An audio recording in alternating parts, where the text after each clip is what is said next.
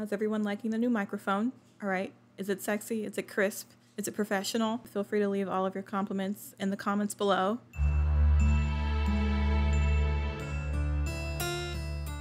Hi. You read the title of this video correctly. This is an entire deep dive into High School Musical, except only from one specific angle: the relationship between Chad Danforth and Ryan Evans throughout the Disney Channel original movie series. I'm pretty sure I'm not the first to do this. This is something that's been shared around social media over the past few years, and everyone's always been like, ooh, they might like each other, haha, cute. We'll keep that in the back of our minds as a little treat. But not me. Not me, no. Well, that was me until my friends and I did a High School Musical rewatch a couple months ago, and I realized just how much sustenance the Chad and Ryan theory has. People, if you look in the right places, the clues are there. The evidence has been laced throughout the scenes, and I'm here to scope out the truth. Basically, in this essay, I will be arguing that these two characters have a potential bond and deserve to be together by the end of the movie series, more than with the people they actually ended up with canonically. We'll talk about it later. In short, I am here to right a wrong done to us viewers by the Walt Disney Corporation. To get general rules and disclaimers out of the way, number one, this is a fictional movie with fictional characters. I will not be tying in real actors' lives or anything because that's creepy and invasive. Do not harass actors based on fictional characters they play, please. Number two, this video is restricted solely to Chad Danforth and Ryan Evans and their character arcs throughout the movies. Maybe with some other observations sprinkled throughout if I make the time. Number three, I am restricting this analysis to High School Musical, High School Musical 2, and High School Musical 3, not High School Musical, the musical, the series, because I wasn't sure if that would even be a fruitful endeavor, and I want to preserve my sanity. Number four, this is all done for laughs and gigglies. It is thinly researched and solely based on my opinion. But regardless, I'm still going to put my whole video analysis into this argument to links that will be borderline blasphemy. It's almost as if it's some sort of theory for a film. Like a film. Okay, I'm going to do a quick summary of the movies. High School Musical is basically about high schoolers, and it's a musical also. The storyline is about teens learning to branch out, find new interests, and defy expectations about who they are and who they need to be. In general, High School Musical has 6 main characters: Troy, Gabriella, Chad, Taylor, Ryan, and Sharpay. Also Zeke's there, and maybe Kelsey, and sometimes that one girl who really likes breakdancing. But obviously, you know who we're going to be focusing on, so let's jump in. Oh wait, that's the wrong movie. Okay, let's Flight 29 down. Okay, no. I'm sorry. I was very obsessed with Corbin Bleu Central Media as a child. All right, let's get into the two characters in question.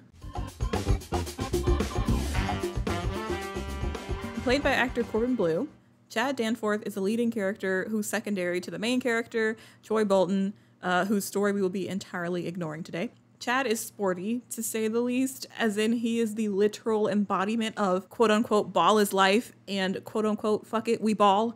He clings to his basketball like his life depends on it, and he forces those around him to adhere to his own personal views on the healing power of shooting some hoops.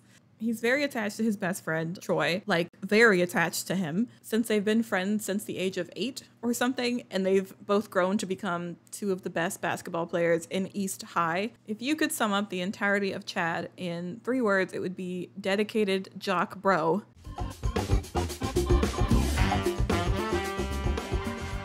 In contrast, we have Ryan Evans, played by Lucas Grabeel. I would just like to start off by saying, watching High School Musical in the early 2000s, you think your type is the toned, sweaty athlete boy, Troy Bolton. But watching High School Musical in the 2020s, you realize that your type is a sensitive, super rich as heck femboy twink male wife like Ryan. Actually, yeah, those could be the 3 words I use to describe him. A femboy, twink, theater kid. That's it. Ryan is always seen in tow behind his fabulous twin sister, Sharpay. And in the first movie, he barely has any lines. He's just kind of the airheaded blonde to counter Sharpay's equal yet opposite airheaded blondness. Their whole thing is they want fame and... well, I guess they already have fortune because they're rich, so they literally just only want fame. So basically, they're the big rich baddies of high school, even though they still take the public school bus in this one scene, apparently. Though Sharpay can be overbearing, Ryan tags along with her and supports her even though she metaphorically and physically knocks him down a step to keep him below her at all times. Okay, let's talk about Chad in High School Musical 1. So the first movie is good to start with since it has to beat the viewers over the head with everyone's extreme character tropes, which is like the point of the movie. I'll be honest, most of this video will probably be about Chad, not only because he has more screen time and is more outspoken with his opinions, but also because his character is just kind of more in-depth than Ryan's, sadly. Now, Chad loves basketball. He feels comfortable with it, with Troy. He does what he's always been doing, and he's uncomfortable with change. Ball is life, and all he has ever known is ball. He doesn't want his way of life threatened. He is allergic to growth. Apparently, duality is a sin to Chad. So he spends most of the movie trying to guide Troy into being as predictable as he's always been and telling Troy things like, there's no way you can have multiple interests, dude. That's a betrayal to us people who have a single interest. Suddenly people think that they can do other stuff. Okay, stuff that's not their stuff. For Chad, basketball is his source of masculinity and identity. In fact, it's such a literal concept that he has to physically carry his basketball with him everywhere as a reminder of it. No one else in the basketball team does this, not even Troy. It's almost as if he's compensating for something and has to walk around with his masculinity in his hand. That's a weird sentence. Just to prove to everyone that it's there.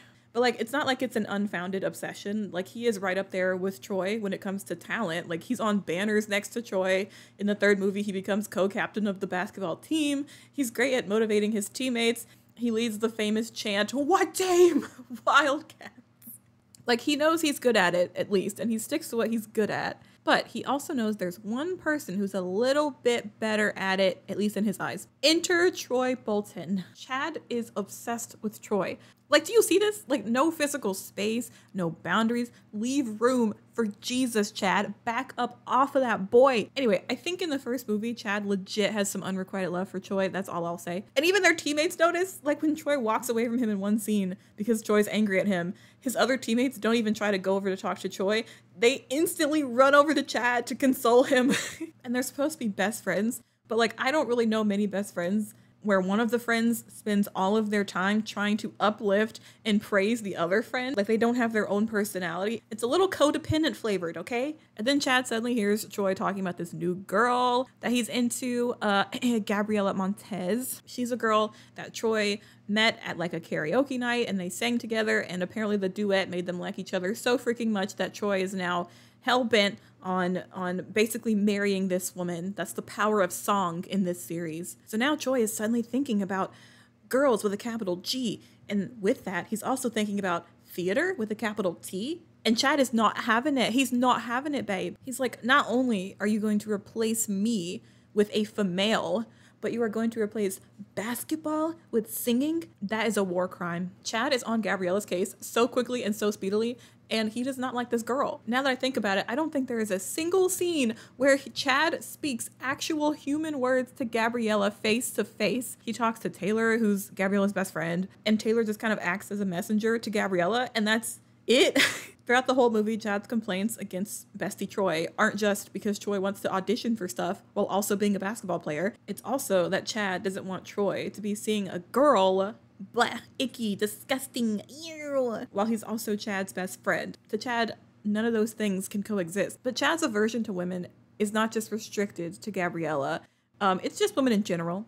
He just finds them to be off-putting. So like when Troy mentions in this one scene about how maybe Sharpay's a little cute, Chad was like, you think she's cute? Yeah, well, so is a mountain lion, but you don't pet it. So there's this idea that he's like romance with someone of the opposite sex? Huh? If you think about it, I mean, he's clearly more comfortable with other guys like on his basketball team because it's just what he's known forever. And the movie plays off his attitude as if it's just your typical girl yucky behavior, when really it could be closeted behavior. Anyway, things happen in the movie, shenanigans ensue. Chad and Taylor, who are both the best friends of Troy and Gabriela, they work together to sabotage Troy and Gabriela's relationship because Taylor wants Gabriela to stick with the Brainiac group and Chad wants Troy to stick with the basketball jock himbo bros group. It causes Troy and Gabriela to become depressed, then everyone comes clean and things are resolved happily with everyone in a theater singing and dancing and clapping.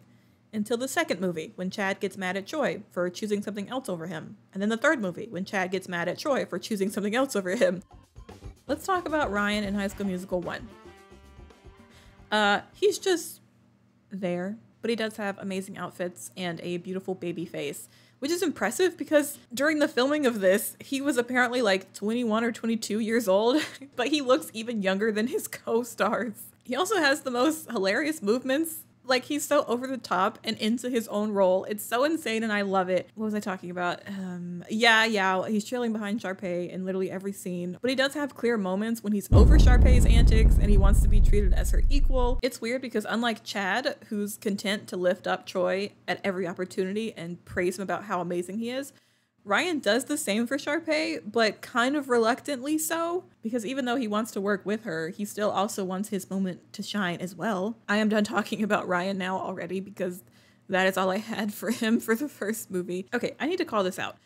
In the opening scene, we see Choi with Chad and Sharpay with Ryan, and the way that they're both walking into school, it's filmed as an obvious parallel to each other.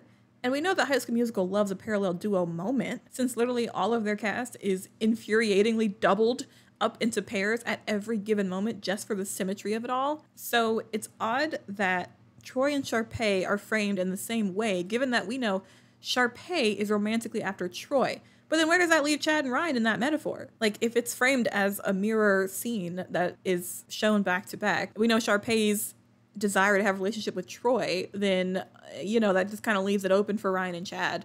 Unless it's also inferred, as we will see later on in the series, that Ryan could potentially also be interested in Chad. If we know that Sharpay tries to seduce Troy multiple times, then logically, as we'll see later in the second movie, maybe it stands to say that Ryan may also try to seduce Chad as well later in the series. Like, isn't that a simple if-then statement? Am I right? Is anyone clapping? Oh, and that's not all. The way that they sit in the classrooms, Sharpay and Choi next to each other, and then Chad and Ryan behind them, is directly indicative. Why did I write that word in this script? Is directly indicative of this fact as well. I'm going to just start talking about the parallels between Ryan and Chad now. Some of this is going to be obvious stuff. Some of this is just going to be stuff I am reading into a little bit too much, but I'm having so much fun doing it. So who are you to stop me? Ryan and Chad, both of them are in support positions behind someone who does something that they want to do. Choi is great at basketball. Sharpay is great at theater. But Chad and Ryan have convinced themselves that they have to hide behind the respective people that they are with. Chad lives happily in Choi's shadow, and he's always gassing him up, telling him how great he is, and basically riding off his coattails all the time. And Ryan lives behind Sharpay, doing the same thing, even though he shows a little bit more eagerness in liberating himself from her. So in all three movies, Ryan and Chad both struggle with being sidekicks and have the same slow realizations of their worth, which leads to them gradually prying themselves from their codependency. Ryan a little bit more so than Chad, but the height of these realizations for both of these characters happens when they're together in a monumental scene known as the baseball game scene of High School Musical 2, also known as I Don't Dance, which is the name of the song they sing together. We will certainly talk about this later, trust me. So yeah, that's an overview of their whole character arcs and the parallels between them.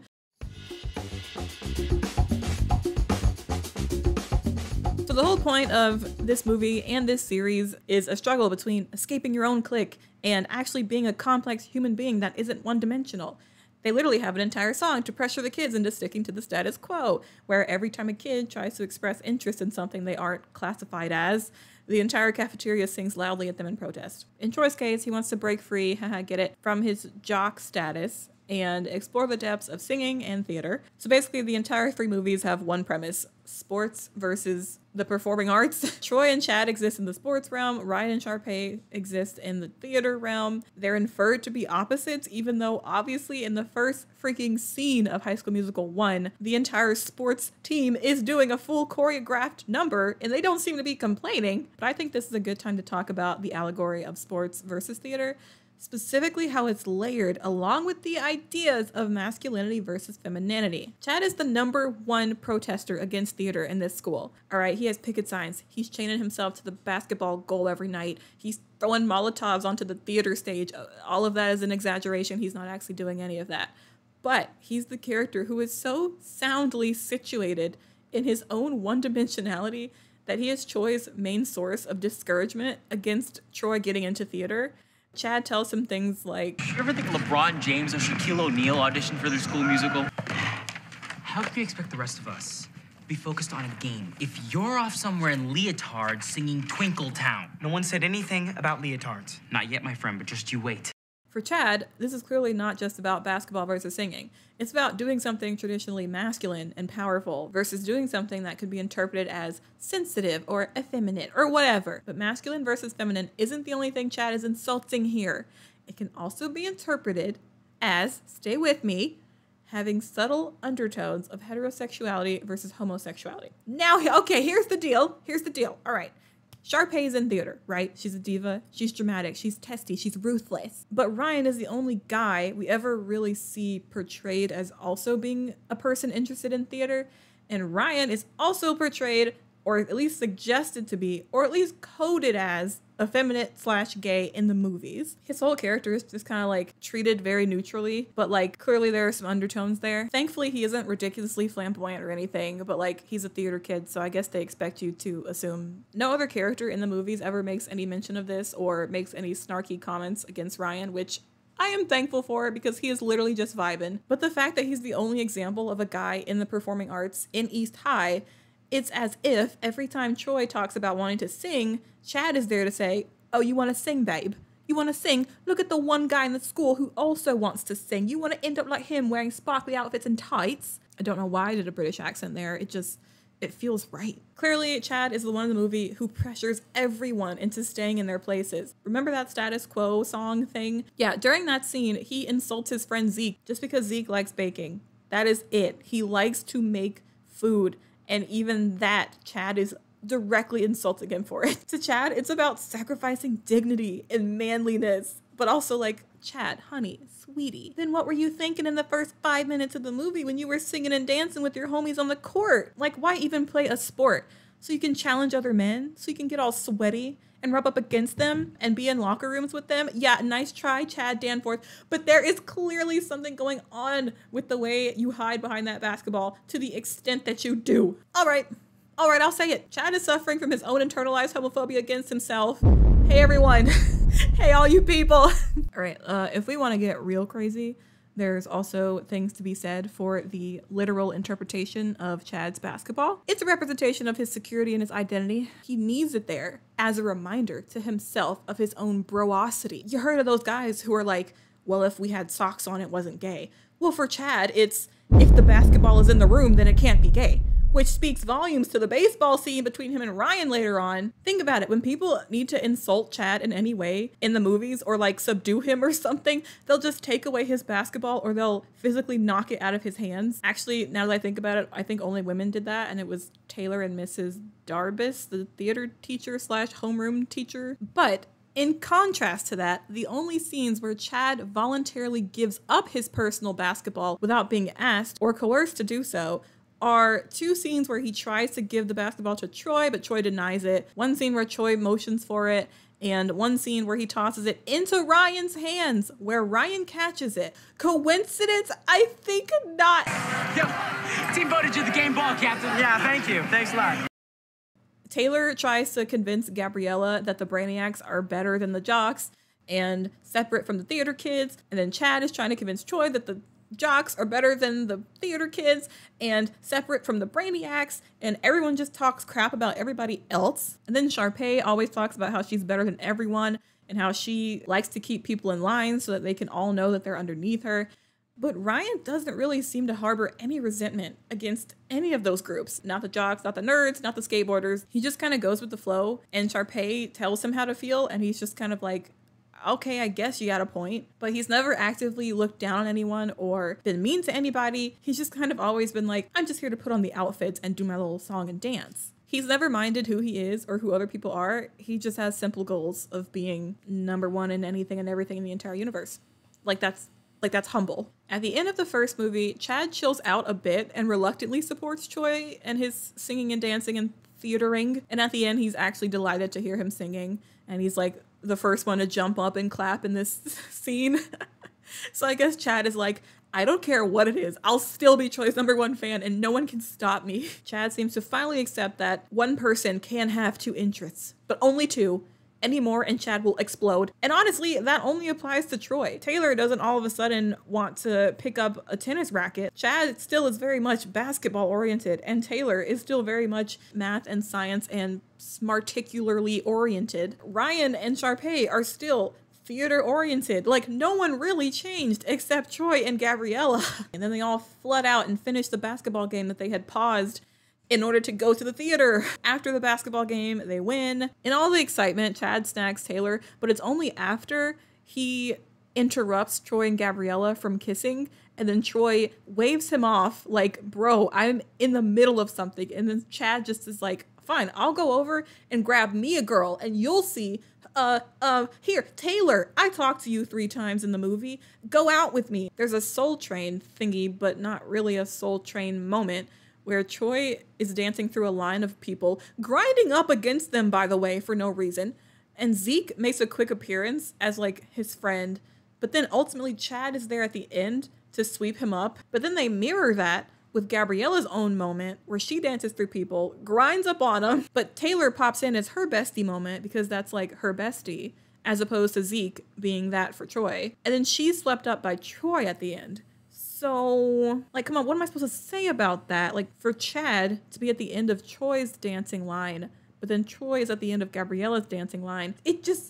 There are moments here in this series where they try to make these perfect parallel shots, but then you realize that if you actually analyze it, like, Chad should have been in Zeke's place, but then who would have been at the end for Troy? Why even set up that possible parallel moment if you can't perfectly do it in an actually symmetrical way that makes sense with the characters and the characters' relationships? You know, maybe I've been making the wrong video this whole time. Maybe I need to be analyzing a bi Troy instead of a gay Chad. Everyone's singing and busting a move, and why are these extras doing the absolute most? Like, somebody come give this man a napkin because he ate them up and left no crumbs. Also, we get this perfect moment of Ryan's dancing, which, I mean, it kills me every time I watch it. Like, look at it. That's beautiful. Now that we've talked about inferences and larger meanings and blah, blah, blah, blah, blah, let's move on from the first movie and look at Chad and Ryan as they enter the second movie.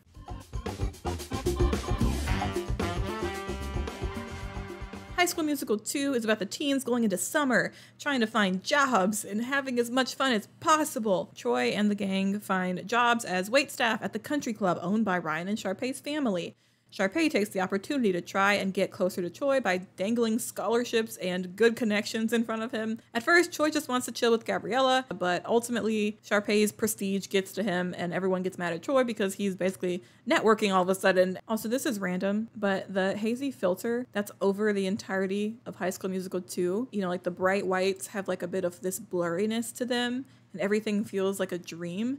I love it so much. Like, as a kid, I was like, this movie looks how summer should feel. They popped off with that visual decision. I'm just saying. The first thing I noticed in this movie is, why did they separate their desks by 1 row? Did someone hear what I said earlier? Did they know that I pointed that out earlier in this video? Now, I just want to say, in the first movie, Chad's choker was blue and red. So, like, could it be signifying his, like, two-tone view of how things work in the world? You're either playing sports or you're singing music. You're either with your best friend or a girlfriend. Like, in his eyes, there is no such thing as a gray area. But in this movie, he has 1 color necklace, which is just red, signifying that one of those things won. Chad is grappling with a singular thing right now, and we don't know what it is. If the Wildcats' color is red, maybe that means Chad's just doubling down on his love for basketball, which means that if basketball was a metaphor for his attachment to Troy and masculinity, maybe that's what he's letting define him now. Does that mean he accepts it?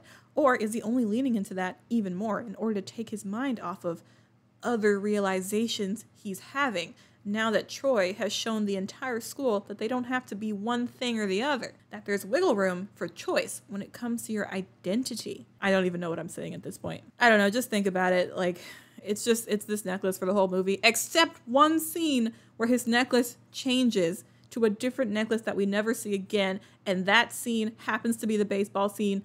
Anyway, I will move on. In High School Musical 2, the amount of heterosexuality is painful. It's bad enough that this movie separates all of its characters into couples.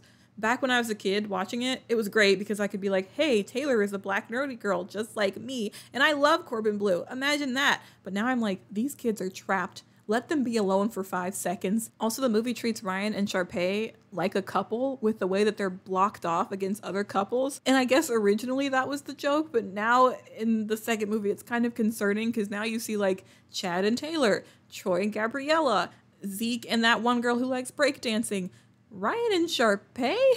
Like, this is not a Rin and Lin Kagabine twin-set situationship. And while we're on the topic, why does the movie keep pairing Zeke with this random hip-hop girl even though he and Sharpay are clearly together by the end of the first movie, as shown in this post-credits scene when she liked his cookies and she jumped on the boy? So I think the real pairing should be Sharpay x Zeke, Ryan x Chad, and Troy x Gabriella. Taylor x academia. I don't know.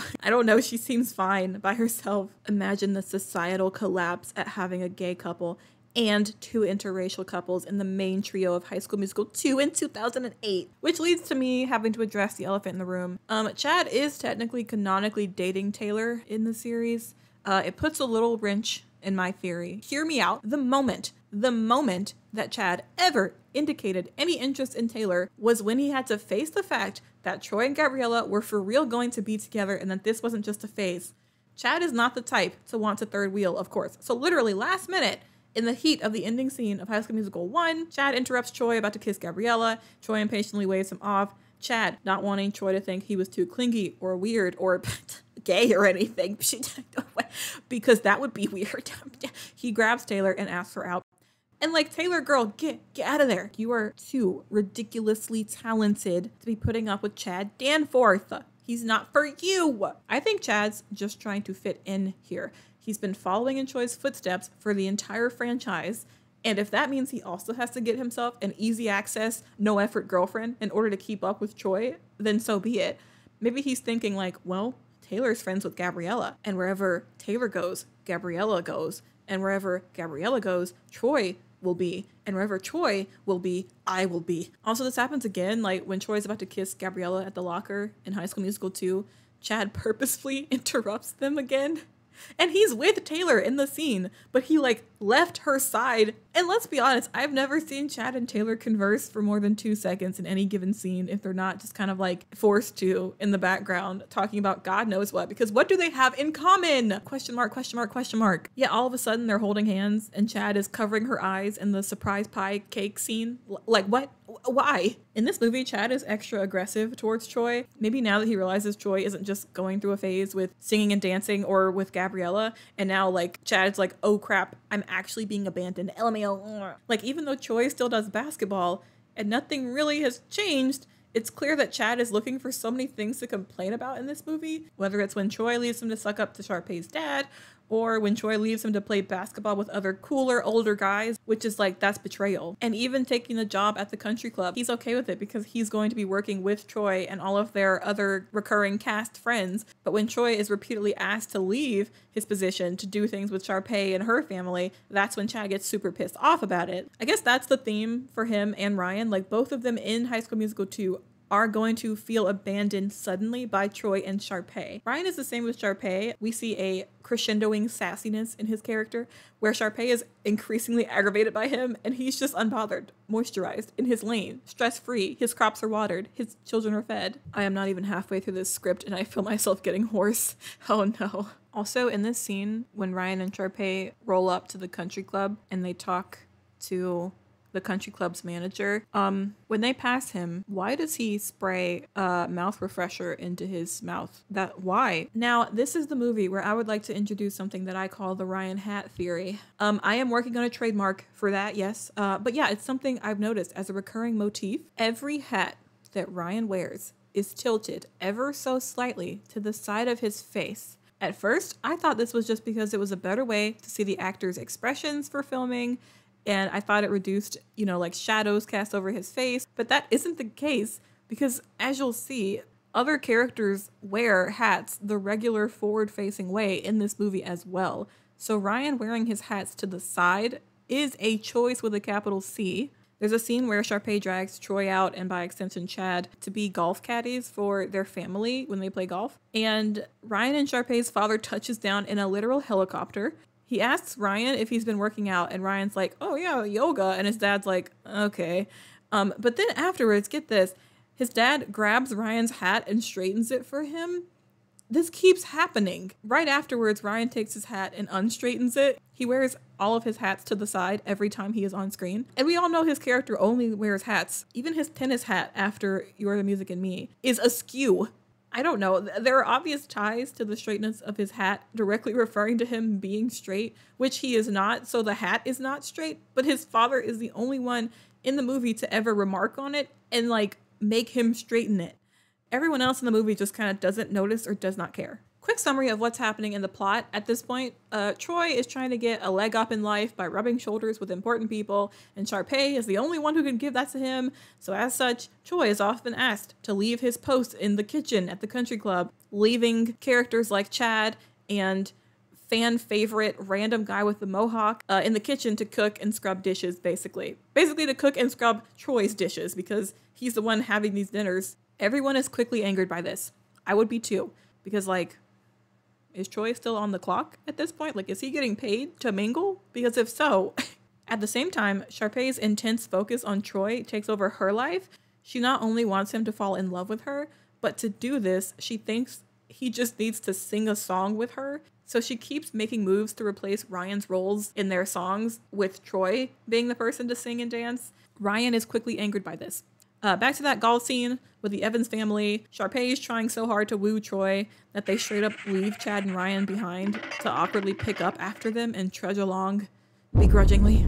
There's a point in the movie where things start to break down. Everyone's mad at everyone else. Everyone's fucking fuming. Ryan is furious with Sharpay for not valuing him and giving all of his roles to Troy. Chad is furious with Troy for acting like a fake hoe. And playing basketball with other men is unforgivable. This literally happens back to back, as in Chad's scene of him getting angry with Troy is literally right next to Ryan's scene of him getting angry with Sharpay. Now, both of them feeling annoyed with the people that they used to look up to, Ryan and Chad decide they have to act out, they have to rebel, they have to do something for themselves, and that moment leads to the baseball scene of High School Musical 2. Okay, this is the moment we've been waiting for. This is the baseball scene. Deep dive.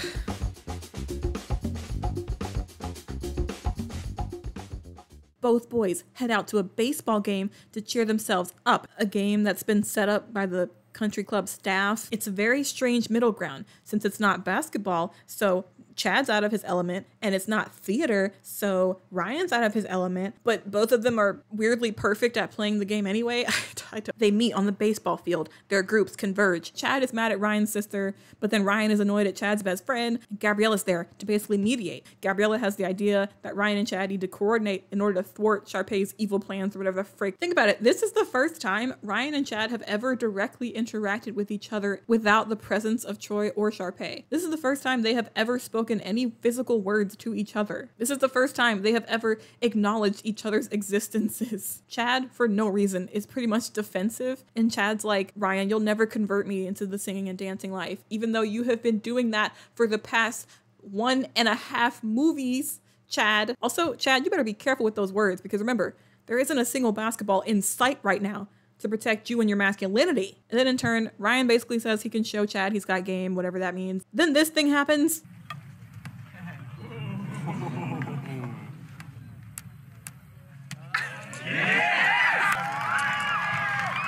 And they start playing ball in tandem with the best song you'll ever hear from the High School Musical franchise on God. Okay, besides Fabulous, because that was one of my diehard favorites as a kid. All right, let's do a deep dive into the gay insanity that is this scene. Firstly, Chad's necklace has changed for the first time in this movie, but why? His old necklace would have matched his baseball outfit even better than this one. And then it changes right back after this scene anyway, for no reason. I don't even know. Yeah, they basically play baseball in the gayest way you could ever play it. And they sing about playing baseball in the most innuendo-filled way you could ever sing about it. Which reminds me, let's examine the lyrics to I Don't Dance, shall we? Basically, the recurring lines are, hey batter, swing. Ryan starts off by singing, I'll show you that it's one and the same. Baseball, dancing, same game. It's easy. Step up to the plate, start swinging. Chad retaliates by saying, I want to play ball now, and that's all. It ain't no dance that you can show me. And then Ryan basically says, you'll never know. And then Chad's like, oh, I know. And then Ryan says, if you never try. And then Chad says, there's just one little thing that stops me every time. Okay, like, all right, let's put a pin in that. Let's put a pin in that. So Chad keeps saying, like, I don't dance. Ryan says, I know you can. And then the lyrical genius. You guys just need to go watch the clip. Like, I cannot do it justice here. I am only human. Ryan, if I could do this, well, you could do that. And they keep just going back and forth. Slide home, you score, swinging on the dance floor. Ryan starts again. Two-stepping, now you're up to the bat. Bases loaded, do your dance. It's easy. Take your best shot, just hit it. Chad says, I've got what it takes playing my game, so you better spin that pitch you're gonna throw me. You just have to hear the way he sings it. Like, there's no heterosexual way to sing that line. So you better spin that pitch you're gonna throw me. And then he says, I'll show you how I swing. And then does this. Okay, let's keep going. They repeat the whole, you can dance, no I can't, there's something that stops me every time thing. Now this is interesting. Lean back, tuck it in, take a chance, swing it out, spin around, do the dance. Chad says, I want to play ball, not dance hall. I'm making a triple, not a curtain call. And then Ryan says, I can prove it to you till you know it's true. What? Because I can swing it, I can bring it to the diamond too. What? Then Chad says, you're talking a lot, show me what you got. And then they have this cool dance moment. I guess now they're singing about swinging things around. Okay. And then Ryan just says, that's what I mean. That's how you swing. Chad says, you make a good pitch, but I don't believe. Ryan says, I say you can. Chad says, I know I can't. There's a random moment too where they're like doing their whole little like ha-cha-cha stuff on the field. And there's like a random throwaway line that just says, attaboy, attaboy. What the fuck? What do you expect me to say to that? And now they're talking about everybody swinging. And then the whole scene ends with Chad winning the baseball game. I guess I was not keeping score because I was a little distracted. Okay, let's analyze this a little bit, people, because so in this scene, Ryan's using something that Chad isn't as familiar with. Like, he isn't fully in his element here. Like, neither of them really are. In order to convince Chad in the movie that, like, oh, you can dance and you might even like dancing, he has to like take every mention of theater out of it so that he has to literally make it a sports game that has dancing in it just to make Chad willing to dance. As long as Chad's in his comfort zone of like, ooh, masculine sports, he's okay with dancing. But every time he thinks about it as dancing, he's like, oh, no. But then obviously Ryan is like, well, then what you doing right now, babe? And then Chad's like, oop, the entire song, like they're having a great time. They're both up for it. They're like challenging each other. The dance moves they do are freaking ridiculous. Everyone else is just trying to play a game of baseball. And these two are spouting out lyrics about heaven knows what, talking about swinging and taking chances and throwing pitches and hitting things out of the park. And then that line that Chad sings, oh, I know, there's just one little thing that stops me every time. What is that? What is he talking about? What does that mean? I don't think they're just talking about dancing and singing anymore. Then that one line and that one move that just says, I'll show you how I swing. Ladies and gentlemen of the jury, what the fuck? The challenge in the lyrics that just say, take your best shot, just hit it. And you better spin that pitch you're gonna throw me. And then the I can prove it to you till you know it's true. Cause I can swing it, I can bring it to the diamond too. You're talking a lot. Show me what you got. Really? Then they switch places in that scene. So he's pitching and Ryan's the one that's receiving. I don't know how to describe it. Anyway, that means that they switch sides and now Ryan is challenging him to show him the sensitive side of him and he's challenging Ryan to show a tougher side of him. I guess. And then the attaboy. Nothing to it. Attaboy. Yeah.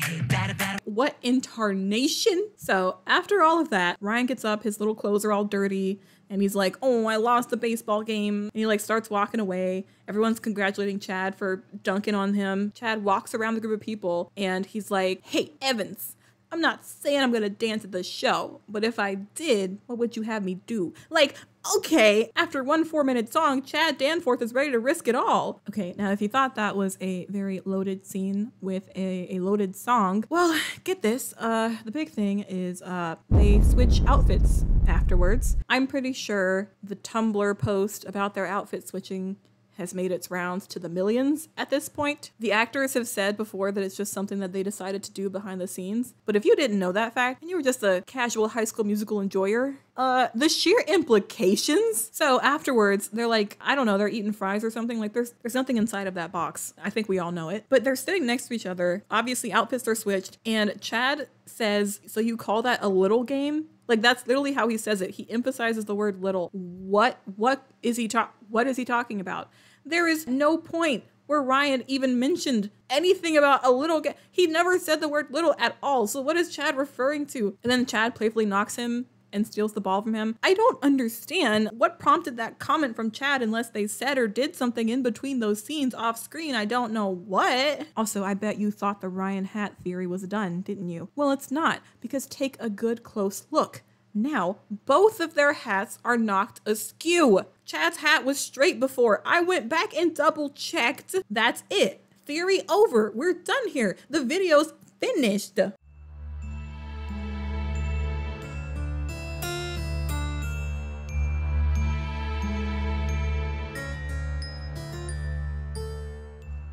Okay, even Taylor notices that they switched outfits because she's like, nice hat to Chad. Like, is she not concerned and or confused?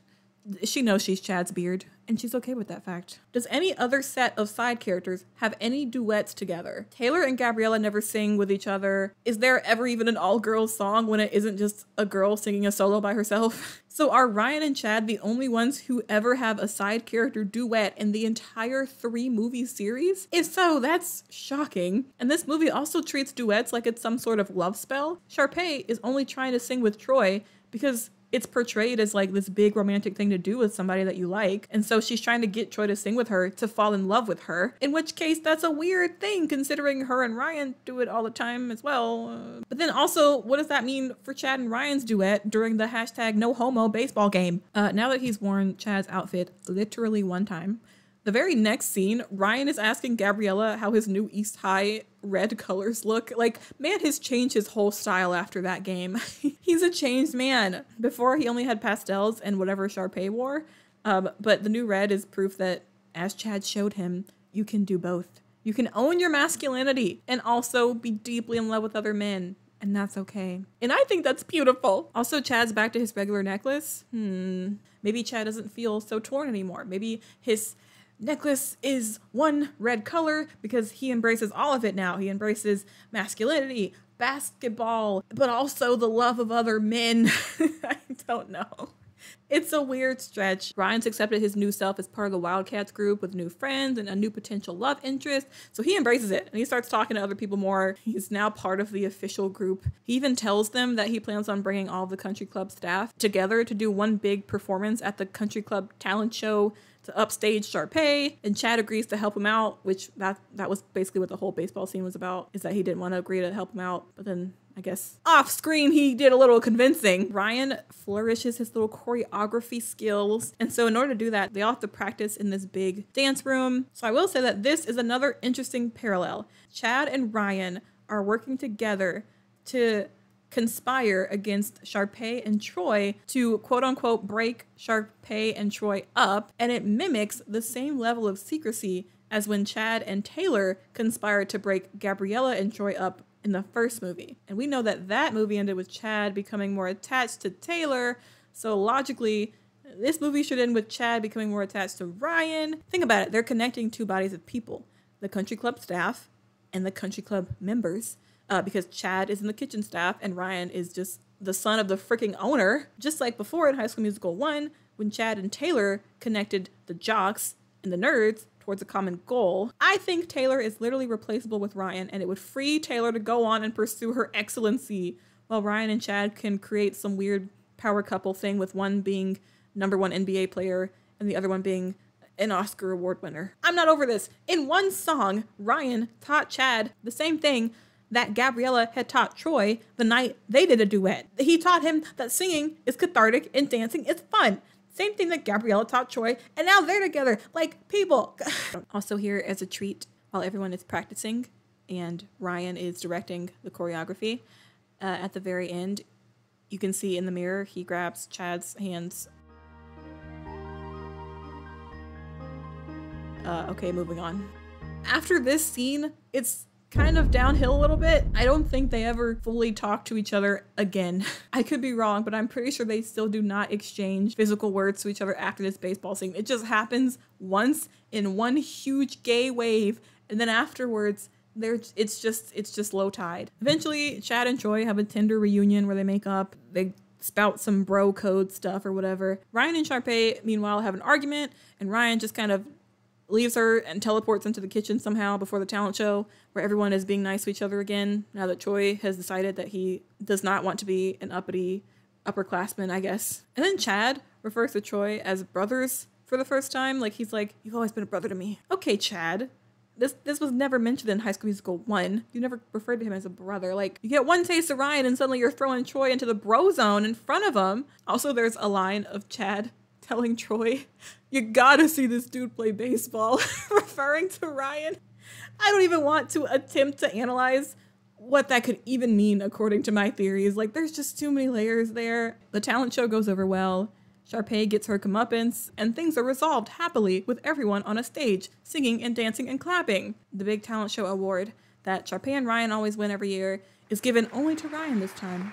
And even then, as Ryan is standing there with his award in hand and everyone's clapping for him, his dad in the audience tells Ryan to straighten his hat. Again, Ryan hat theory confirmed. Then we get another scene where everyone is happy, but they're on a rock this time and singing and dancing and clapping. It makes me happy because in the very last dance number, Chad gets his two best boys on either side of him, and he's as happy as can be. The end. Except not, because there's another movie. A worse one this time, in my opinion.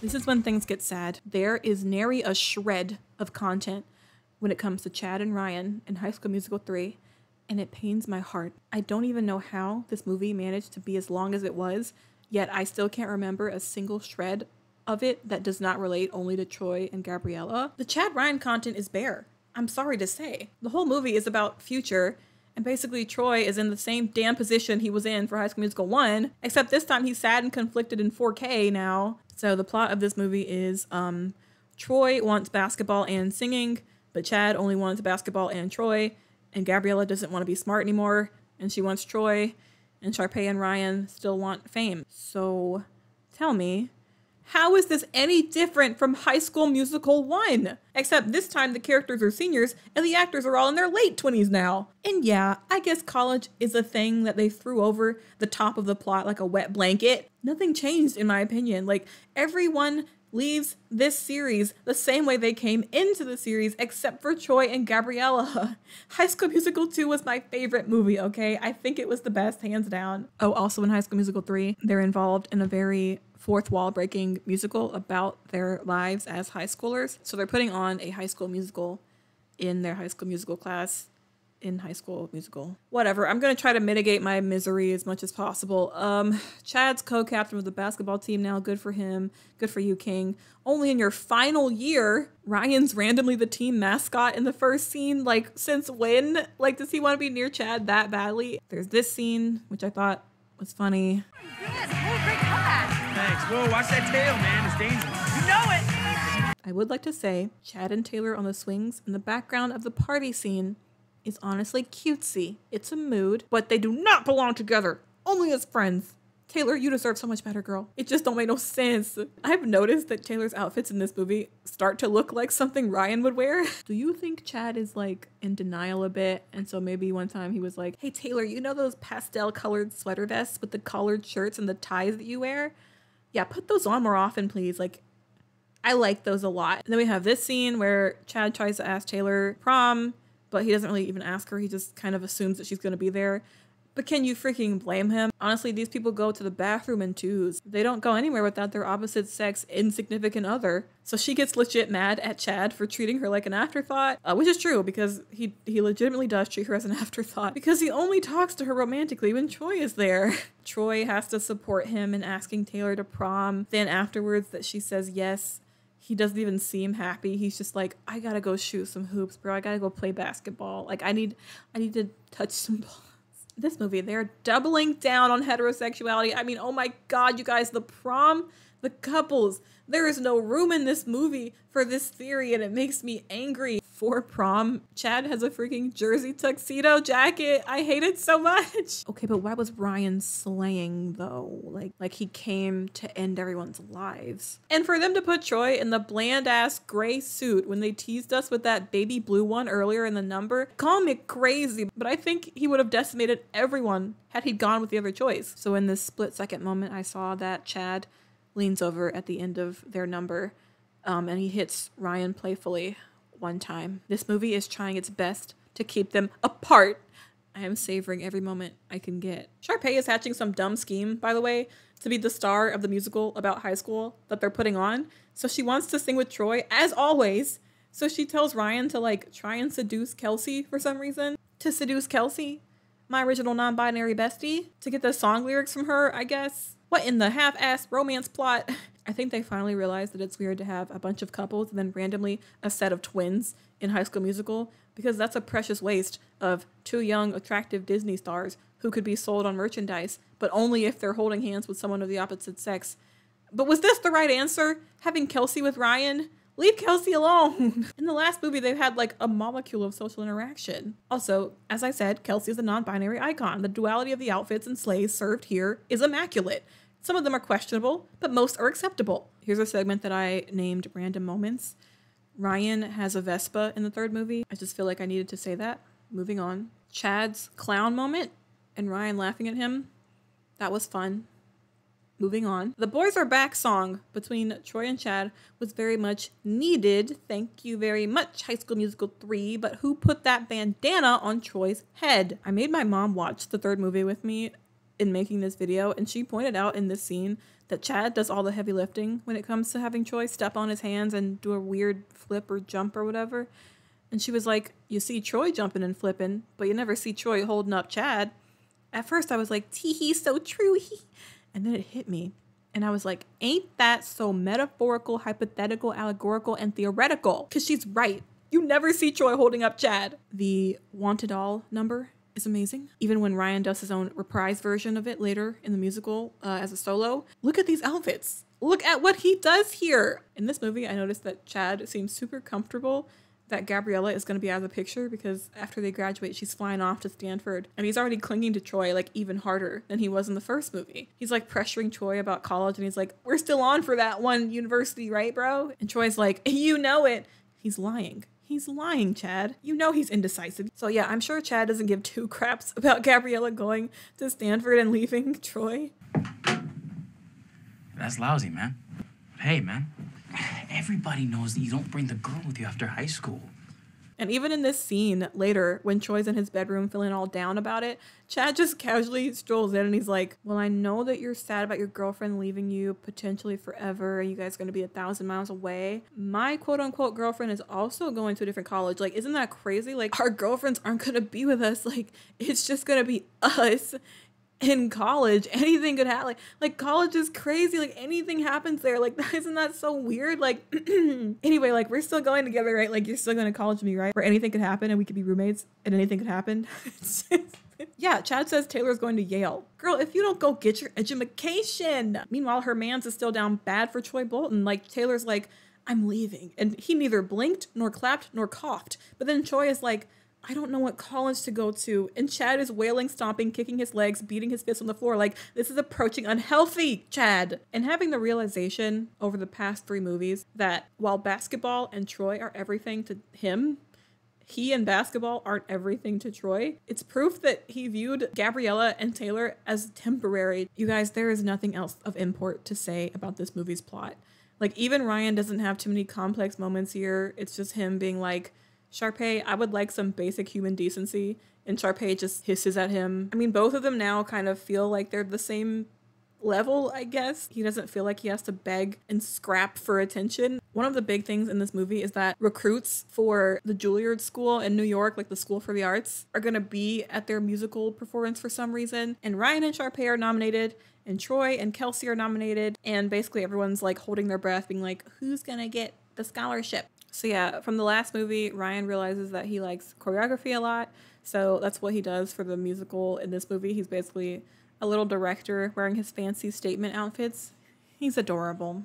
At the very end of their fake musical about high school, Mrs. Darvis introduces them and tells the audience their real post-high school plans. Taylor goes to Yale, Gabriella goes to Stanford, Ryan and Kelsey both get the Juilliard scholarship, good for them. Sharpay is going to a local university and then becoming a teaching assistant to the drama department at East High, and Troy Bolton chooses a university where he's close to Gabriella and can play basketball and can be in theater.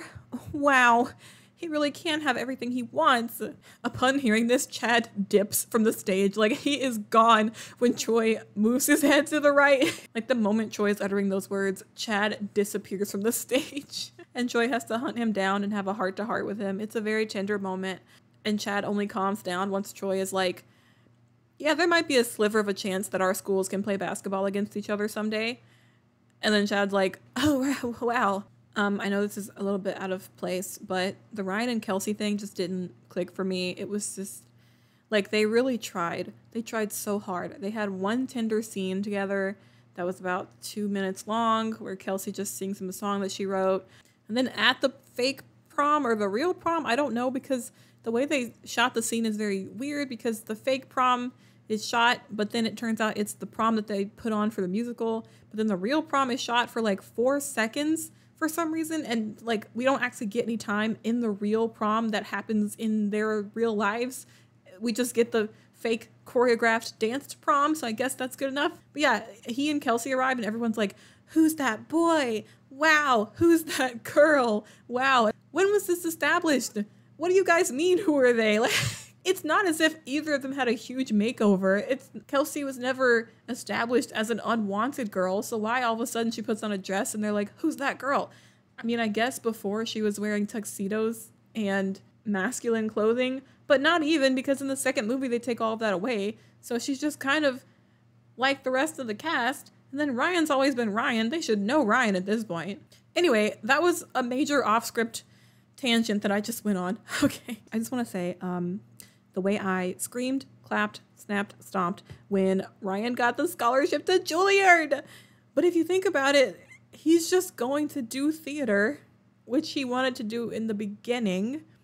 I mean, I guess he's in a higher place now. He's like, yeah, I'm going to do theater for real now at a really good school. And then Chad is like, yeah, I'm going to a good school to do more basketball that I always wanted to do when I came into the series. And then Sharpay's like, I'm going to a school and then helping with theater. It's not really what I wanted to do, but I'm okay with it. Like, at least that's a little bit of character development for her. And Gabriella, who never even mentions singing or dancing anymore. She just mentions how much she's going to miss Troy when she leaves. Like, that's her big arc in the series. It's so bland. So even in a way, she didn't even grow at all. Troy ended up getting a college that was close to her. So neither of them had to change. Neither of them had to make sacrifices. The point of the series is that you can do multiple things. But that only applies for Troy here. What's the point of the movie if the sports guy goes off to do more sports and the theater guy goes off to do even more theater? Was there any lasting change here? Especially for Chad, because he's still not just okay with singing and dancing. No, he's still just like, that singing and dancing sure was all right and kind of fun. Oh no, Troy says he still likes singing and dancing. This is ludicrous.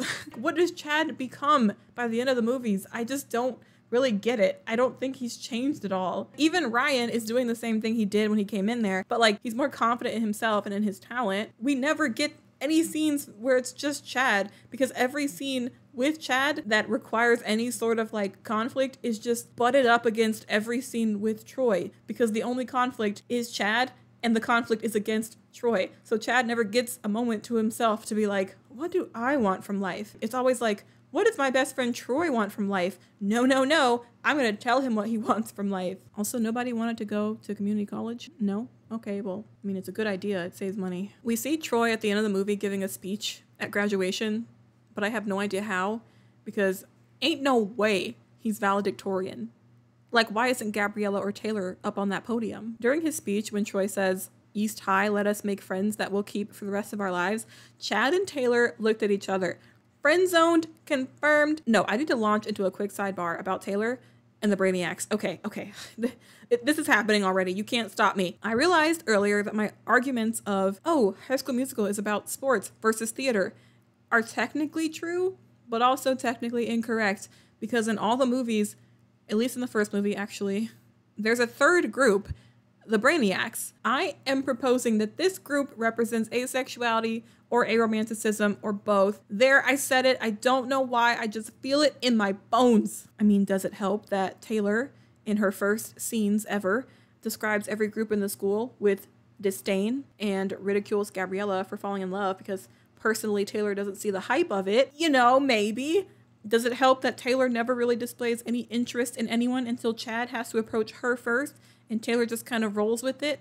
Maybe. In their scenes, I mean, Chad's always grabbing her or he's running over to her, and maybe she just appreciates the attention but ultimately isn't seeking it. Maybe she also just kind of wants to fit in with what she sees Gabriella having. Taylor's level-headed, Taylor's intelligent, she's focused on becoming the president of the United States apparently, and maybe 70% of this part of my theory goes towards the fact that she has the most gorgeous prom dress I've ever seen. I am in love with it. It has all of the asexual colors, which means I love it twice as much. Anyway, I love Taylor. Okay, sidebar over. Now, I have something to confess. I know I said I would keep this video's sources restricted to the 3 High School Musical movies, but then I decided to look into Sharpay's Fabulous Adventure, and I remember being obsessed with Sharpay for a while as a kid, and I think I watched this a couple times, but I did not remember anything from this movie when I rewatched it. I think half of the memories I thought I had from it were actually memories I had from Beverly Hills Chihuahua and Hotel for Dogs morphed into an amalgamation that I thought was Sharpay's Fabulous Adventure, but it wasn't. It was so much more underwhelming to me. I scanned this movie for any evidence of Ryan or Ryan X Chad, which I knew there would be less of. There is absolutely no mention of Ryan Evans in Sharpay Evans's Fabulous Adventure at all. We see her mother and her father, their estate, but I'm floored that there was not even a passing mention of Ryan Evans anywhere. While I was scrubbing through the movie to glimpse Ryan, I accidentally came across this absolute hellish flame of an insult. Quote, "You're of no use to me except for catching the shade of the shadow cast by your madam's apple," end quote. Girl, who gave her the right? This is coming from a character who's supposed to be like some stuck-up Broadway actress, so like I understand, but was the line necessary? I had to watch a montage of 2 dogs in a committed relationship running in the rain, set to Justin Bieber's song Baby in the background. So the efforts that I make, the lengths I go to please my viewers, you're welcome. And you can thank me by hitting that like button, leaving a comment, and subscribing to my channel. Okay, Sharpay's mom and dad came to New York City to watch her Broadway show thing, and Ryan still didn't show up. And they didn't even meet up with him. I mean, like, I get he's probably going to Juilliard right now, but like, he is in New York City. Like, damn, he can't even spare a phone call voiceover. They didn't even try to get his actor for that. Like, even if Ryan were to go to college, he's in New York City, and Sharpay goes to New York City to live. They couldn't even meet up for a hot dog. He couldn't even tell her about the successful long-distance flirtationship he has with Chad. Come on. But they have the audacity to play Fabulous at the end of the movie during the credits, and I have to hear the voice of Ryan singing that accompaniment, taunting me. Oh, wow. Okay, speaking of credits, I got to the end of the credits to make sure I wasn't missing something. I just happened to see that Lucas Grabeel sung the Baby song. He did a cover of Justin Bieber's Baby. What? So that song that I heard with the dogs running in the rain, snuggling up to each other, was Lucas Grabeel's voice. There is no way I would know this. All right, I listened back to the song.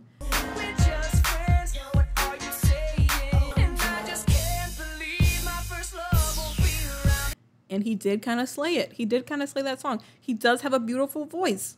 And no, this is not because I'm biased and I love Lucas Grabeel. It is completely objective. In summary, I don't know why I made this video. At first I was like, yes, Ryan X Chad. They're obviously together. There's so much evidence. When really, once High School Musical 3 came around, there was an absolute drought, an absolute famine of Ryan and Chad content. I was devastated and my case crumbled. I think if anything, I might only be able to truly argue that they had a weird, brief, romantic stint in High School Musical 2, where the majority of their ship evidence is, and anything surrounding that is just pre and post, and none of it is quite tangible. So then I will pivot and say this.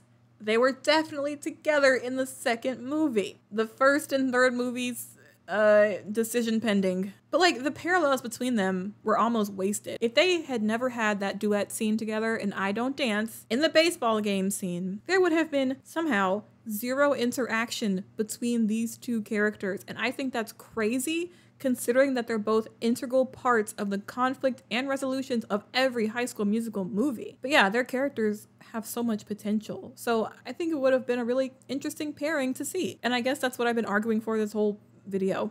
Of course, that is if these movies weren't created in the early 2000s and the social climate had been drastically different. There are flaws in my theory. For example, if basketball and sports equals manly heterosexuality, then why would Troy be leaving all that to jump into theater, which is on supposedly the gay side, as I argued, but then he does it for the love of a woman, which is, you know, kind of a hetero thing to do. It's a little bit straight.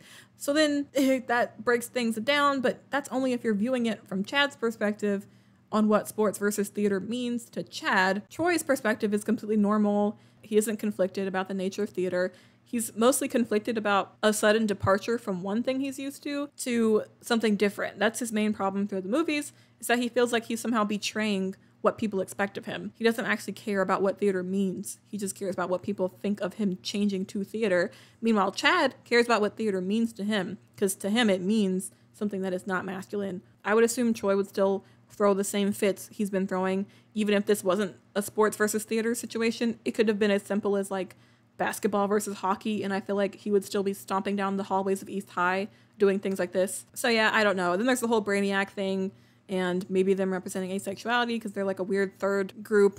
But then it's like a group of skateboarders. So like, what am I supposed to say about the group of skateboarders? What do they represent? Pansexuality? I don't freaking know. Or there's another argument that Ryan has just allowed Chad through the series to realize his love for men, even if that's in a bisexual manner rather than a gay manner, in which case maybe Chad's first necklace in the first movie is split in half due to his bisexuality, indicating his love for men and his tolerance for women. And then that would mean in the second movie he's grappling mostly with his love for men and his masculinity while also fighting against it, but Ryan teaches him he could be both. And then in the third movie, I didn't mention this, but Chad's necklace changes to silver, and also his outfits are kind of more neutral colors, so maybe he's trying things out with Taylor. But then Taylor's also exploring her own emerging asexuality, but in coming to terms with this, both of them decide to be friends who confide in each other. This analogy is breaking down in many ways, but you cannot deny that that baseball scene meant something. Bottom line is, everyone in the world has probably already thought of Ryan and Chad theory before, and I'm sure it's even made its way around to the actors, yeah. But I sleep well at night knowing that even the actors probably most likely support the Ryan and Chad What?